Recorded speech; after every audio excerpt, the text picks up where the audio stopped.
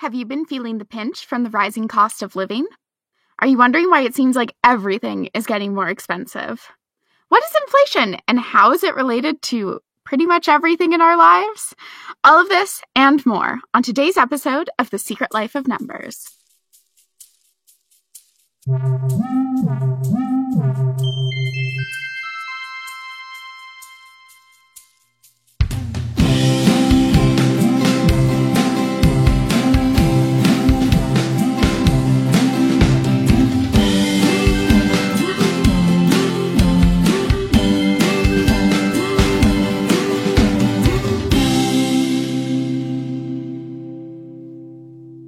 Welcome to the Secret Life of Numbers podcast, the podcast where we dissect everyday numbers and statistics to find the stories behind them.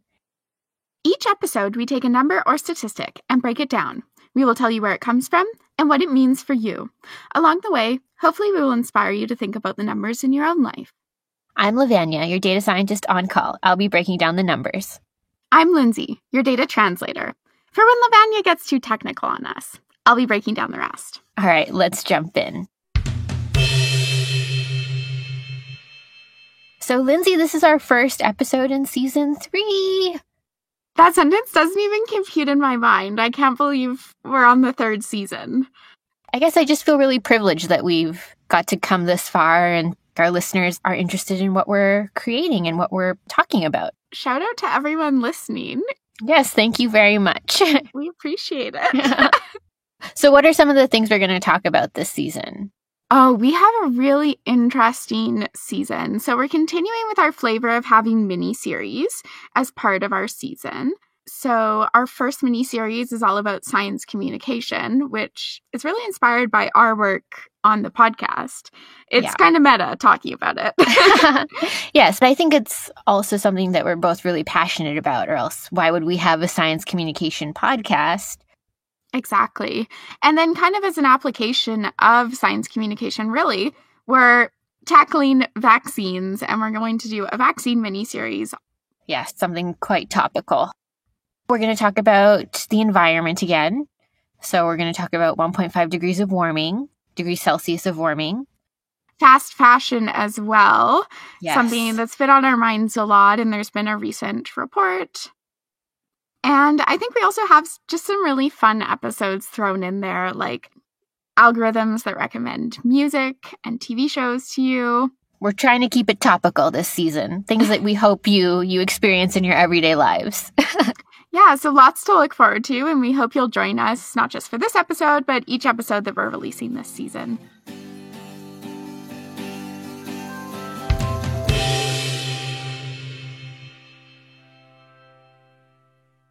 This episode is all about inflation, which I'm sure is something that has been on a lot of people's minds. And really, it kind of picks up where we left you guys last season. We talked about the CPI, and inflation is based on the Consumer Price Index. In case you're wondering which episode that was our Christmas episode, because there's a Consumer Price Index that is released every year as a Christmas Price Index, which is kind of fun. So if you haven't had a chance to listen to that, I know it's probably not Christmas when you're listening to this, but it is a fun episode and we'll be building on a lot of those principles. Yes, but just as a reminder from what we talked about in that episode, I pulled out some key definitions that we can review before we launch into this episode. That's perfect. Okay, so why don't you take it away? Remind us of the Consumer Price Index. Okay, so these definitions come from Statistics Canada. I am unsure whether or not different countries calculate their indices differently. They probably do. They probably have different baskets. But because we are Canadian, we do use the Canadian values here. So the Consumer Price Index is an indicator of changes in consumer prices experienced by Canadians. It is obtained by comparing over time the cost of a fixed basket of goods and services purchased by consumers. And then because this basket of goods and services is the same basket every year, it's unchanging, the index is meant to reflect purely the price changes. Right. So what sort of things, for example, are in the basket? So it's really 8 major components that are in the basket. So the first one being food, the second being shelter, the third being your household operations, furnishings, and equipment. Fourth is clothing and footwear. Fifth is transportation. Sixth is health and personal care. 7 is recreation, education, and reading. And then 8 is finally alcoholic beverages, tobacco products, and recreational cannabis. So it kind of covers all domains of what we purchase and spend our money on.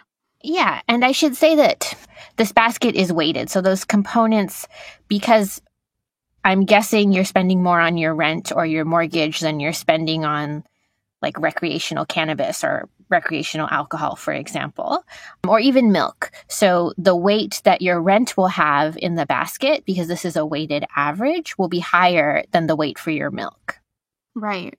So therefore, if your rent goes up, it'll have more of an effect on the CPI than it will if the price of milk goes up.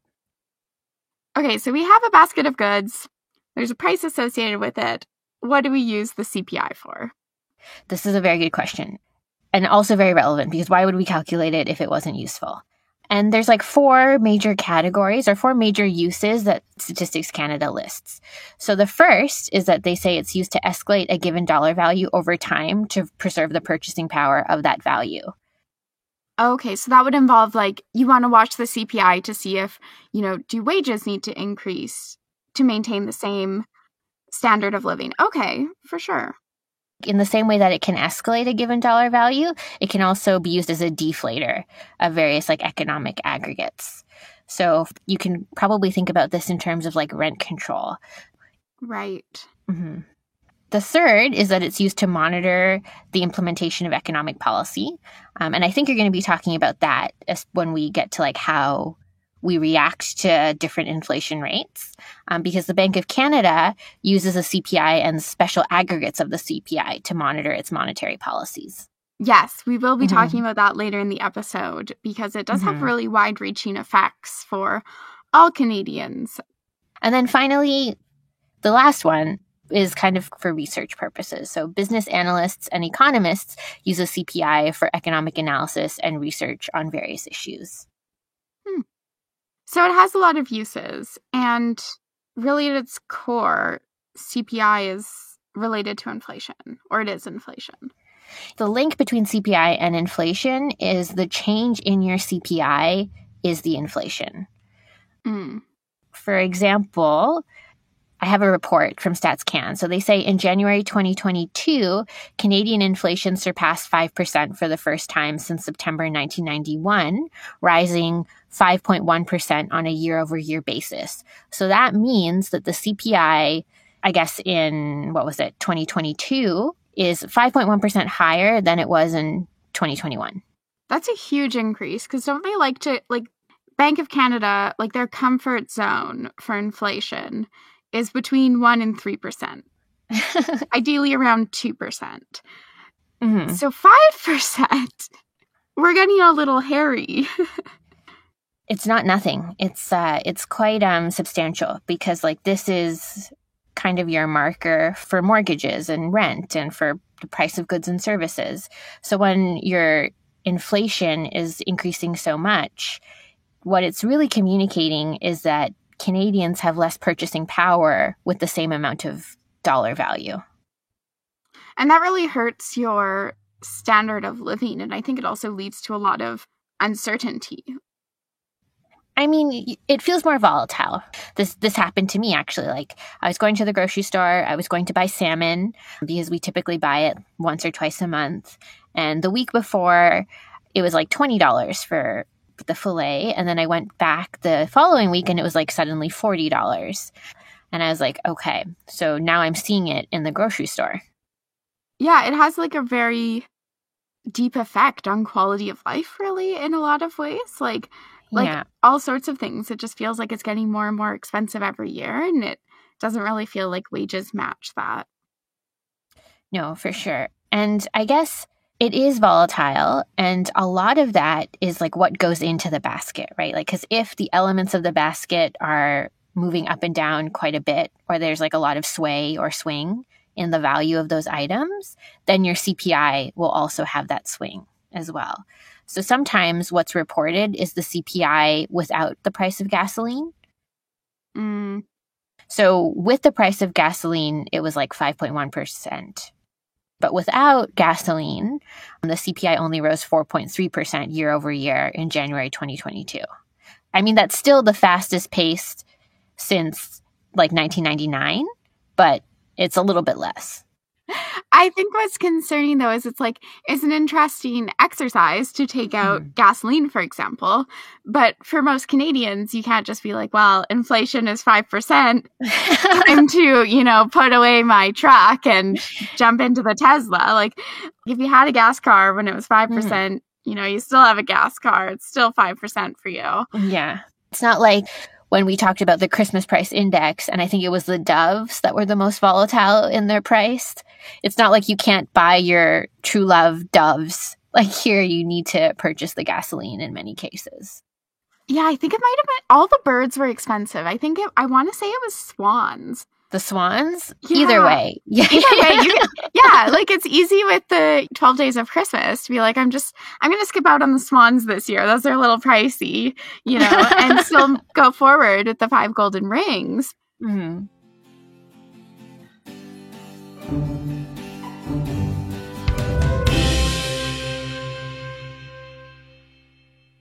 Something else that I'd like to talk about is we mentioned that the basket is weighted. And like these 8 categories have weights, and they don't update these weights every year because technically these things should be very stable. Like granted, we're in a very interesting economy right now because of the pandemic and because of what's going on in Europe with Ukraine and Russia and the price of gasoline. But if the system is working as it should, these should be stable-ish, and you should only have to update it like every few years. I think they updated on like a 2-year basis. So these weights that were used to calculate the CPI in 2021 were calculated in 2020. And before that, they were using weights from 2017. I'd be really curious what part of 2020 they were using for the weighting. Well, I think they look at the year as a whole, like holistically. But then because they're on a cycle, so they're going to update the weights again in 2022 at the end of this year. I did want to spend some time looking at how the weights change from 2017 to 2020. Yeah, I'm curious because 2020 was a weird year. Like 2020 was not the same as 2017 for any of us, whereas I feel like a lot of the years prior kind of blend. Yeah, for sure.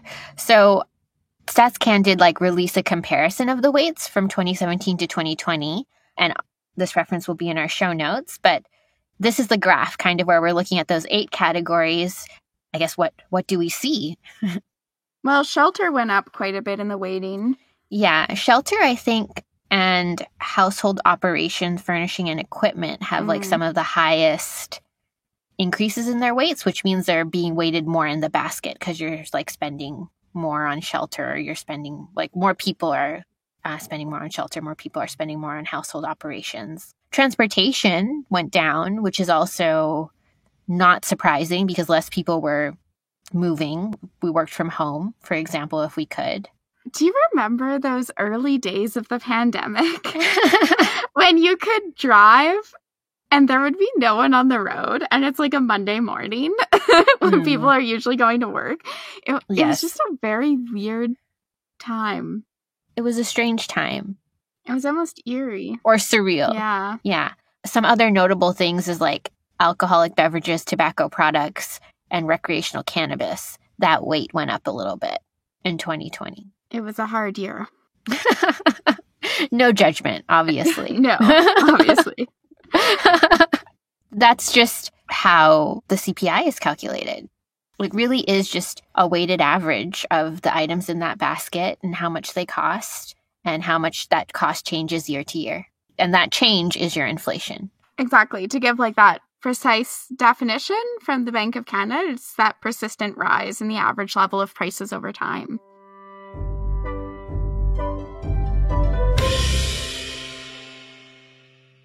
What's really interesting about inflation is how it affects you at an individual level. Because even looking at that chart, for example, let's say you already owned your home, from 2017 to 2020. you might not have been affected as much by that rise. Like your personal inflation might have been less than the average. Yeah, the way you experienced inflation might have been less than the average. For example, if you don't drink alcohol, smoke tobacco, or use recreational cannabis, that part of your basket is empty. Yes, exactly. There is what's called a personal inflation calculator on the StatsCan website so that you can actually look at how inflation is affecting you based on how much you spend in those categories compared to the average. So as a fun exercise, we tried filling it out. We did. I was mildly horrified because my personal inflation rate was higher than the average. Yes. Yeah, it was about 7% for March 2022. I guess this comes back to the fact that inflation is an average, and you also live in BC, which is one of the provinces that has a very high cost of living. It is pricey here. Very. Yes. Yeah. And like you're driving as well, for example. I mean, if I were to guess, I think maybe those are some things that contribute to your high personal inflation. For sure. Do you remember what yours was? So yeah, mine was lower than the average or the inflation. And I think that might be because like I own a car, but it's been parked for the last 2 years, basically. Like I walk to the grocery store. I work from home. I haven't felt that volatility for gasoline, for example, or that volatility in transportation. But where I am feeling it, like I mentioned, is when I go to the grocery store and I'm having to budget a bit more for my groceries. Oh, for sure. Fresh fruits and veggies, like the cost of meat. Yeah. We often compare inflation to changes in average wages. So in January 2022, the CPI rose 5.1% on a year-over-year basis. So that was your inflation. But wage data from the Labor Force Survey found wages rose only 2.4% during the same period. So what that really means is that on average, prices rose faster than wages. So as Canadians, we're experiencing a decline in our purchasing power. So we can purchase less with the same amount of dollar value.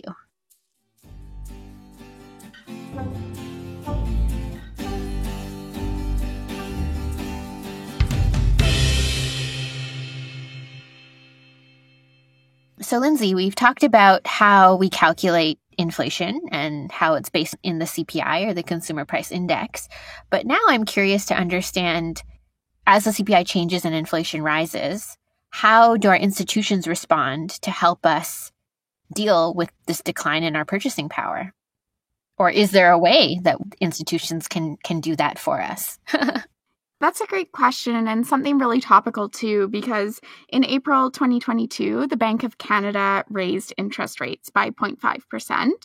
Okay. Which was quite a large hike. So is that interest rates on personal loans?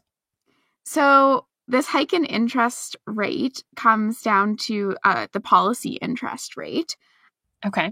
Which is related to inflation, and it's also related to employment rates. So the policy interest rate, this is from the Bank of Canada. This rate is the interest that the Bank of Canada wants commercial banks to charge when lending each other money overnight to settle daily balances. Okay, so this is the hike that they're charging each other when they're... Yeah. Okay. Exactly. So basically, at the end of each day, financial institutions in Canada need to settle all of their payments. Every day, money is moving between banks and customers and businesses. So, for example, when you use your debit card, money's moving from your bank. Yeah. And sometimes banks have days where they've sent out more payments than they've received, or vice versa. They've received more payments than they've sent out. So in order to settle this, financial institutions will borrow money from each other or from the Bank of Canada for one day in what is called the overnight market. And the Bank of Canada sets a target for the interest rate that they want financial institutions to charge each other when they make these overnight loans. Okay. If this rate is lower, that means that money is cheaper to borrow and spend. So the Bank of Canada will lower the policy interest rate during times when there's economic downturns or inflation is too low to help bolster the economy and create growth. Okay, so like it like encourages people to spend and encourages people to like move their money when it's the cost of moving it is low. Exactly. Money is cheap to borrow and like Mm-hmm. cheaper to spend. When those rates are low, people are more inclined to borrow money because the interest rates are lower. Mm-hmm. Raising the interest rate is supposed to cool down the economy when inflation is higher than that 1% to 3% comfort zone that the Bank of Canada kind of operates within. Okay. And what this means is that people and businesses are going to pay higher interest rate on loans and mortgages, and people are less likely to borrow and spend. Okay. Even though we don't use the overnight market to settle our own books at the end of the night in the same way that financial institutions do, the policy interest rate affects the other interest rates that banks set. Okay. So it's like kind of like tapping the brakes a little bit. Like Yeah. inflation is speeding and then the Bank of Canada just like presses the brakes and it's like, no. Yeah, it's like, okay, slow down. And then that ends up trickling down to consumers because it affects things like the prime rate that commercial banks have. It affects loans. It affects interest rates on mortgages, lines of credit. It affects interest rates paid on deposits to banks or guaranteed investment certificates and other savings. Okay, so I guess I'm trying to think about this from a mathematical point of view. As the inflation increases, you lose purchasing power, but then you increase interest. I guess it's a little bit of like a balancing. It seems kind of counterintuitive, I think, at a certain degree. Because in my mind, I was thinking, well, if this increases the interest rates and it trickles down to like things like mortgages, when your purchasing power is already compromised because of rising inflation, it doesn't help for, let's say you're in a part of your mortgage where it's not a fixed interest rate and it's variable. How does it help you when your purchasing power is down to have that go up? So I guess it might slow down the inflation a bit more because less people are buying the things. Yeah. So the rise in the CPI decreases. Yeah, I think it's one of those things that comes in at a systems level. And then at the individuals, we have that averaging of like, for some people, it's going to work okay. And then for others, it's going to be kicking you when you're down. Yeah. I mean, there are no perfect systems, but I guess these are the levers that we have to control these like rising rates. Yeah, exactly. And one thing that I was wondering really, and thinking about how much it costs to live nowadays, and also in the research for this episode, is like, how did we get here? Because if you look back and over time, like it's like you've said, like pretty much since the 90s, like we haven't seen inflation this high. And, you know, there's no single explanation for how we got here. But, you know, inflation increases when there's a higher demand for goods and services than there is a supply. Okay. And, you know, we talked about the toilet paper incident of 2020. and it's kind of a, you know, tongue-in-cheek example, although I'm sure some people were extremely adversely affected by it. But that's an example of COVID really affected household supply and demand. Like the demand was a lot greater than the capacity of manufacturers and supply chains to supply those goods. So you end up having a higher cost of a limited supply. Yeah, it's true. Like what we are experiencing right now is quite unique in terms of like the global situation, like the pandemic, the conflicts that are going on around the world, climate change, all of these things are affecting like supply chains as well, and they're affecting inflation, and we're seeing it at an individual level or a personal level. Exactly. Something that you brought up once that I think is interesting is like we talk a lot about finance things like they're universal laws. Yes, we did talk about this. And I was listening to How to Save a Planet as well. They had like an economics episode and the host brought this up as well. Like we talk about like supply and demand and economics the same way we talk about gravity, but they're not necessarily the same. Like they're not universal. Like this is just our idea of how free markets should work. And it's not the only way, but it's the way we've implemented. So I think fundamentally, like as we move forward and like as we're having to deal with some of these changes, I certainly hope that like increasing the interest rate will like slow down the rate of inflation. But I think fundamentally we might have to start thinking about economics in a different way. Very well said. I think it is now time to plant our science seed. Oh, yes. my favorite part of the episode. I don't know if it's your favorite part. I do enjoy it, and it's special because it's our first one of season 3. It is.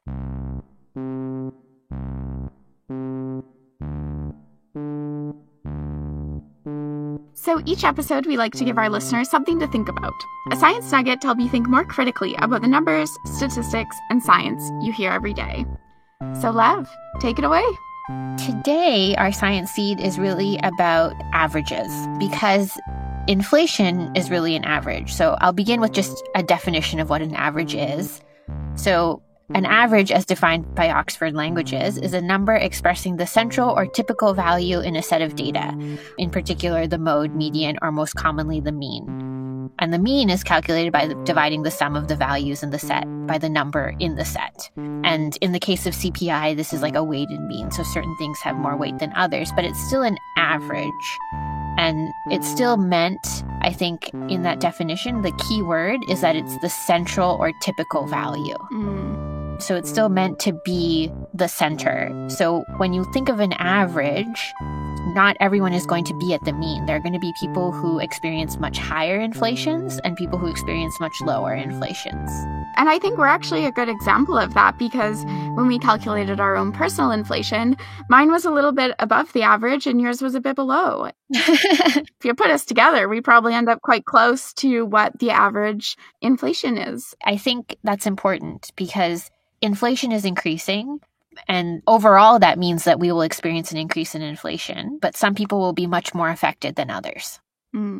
That's something to consider when we talk about averages because they can be very reductive. Yes.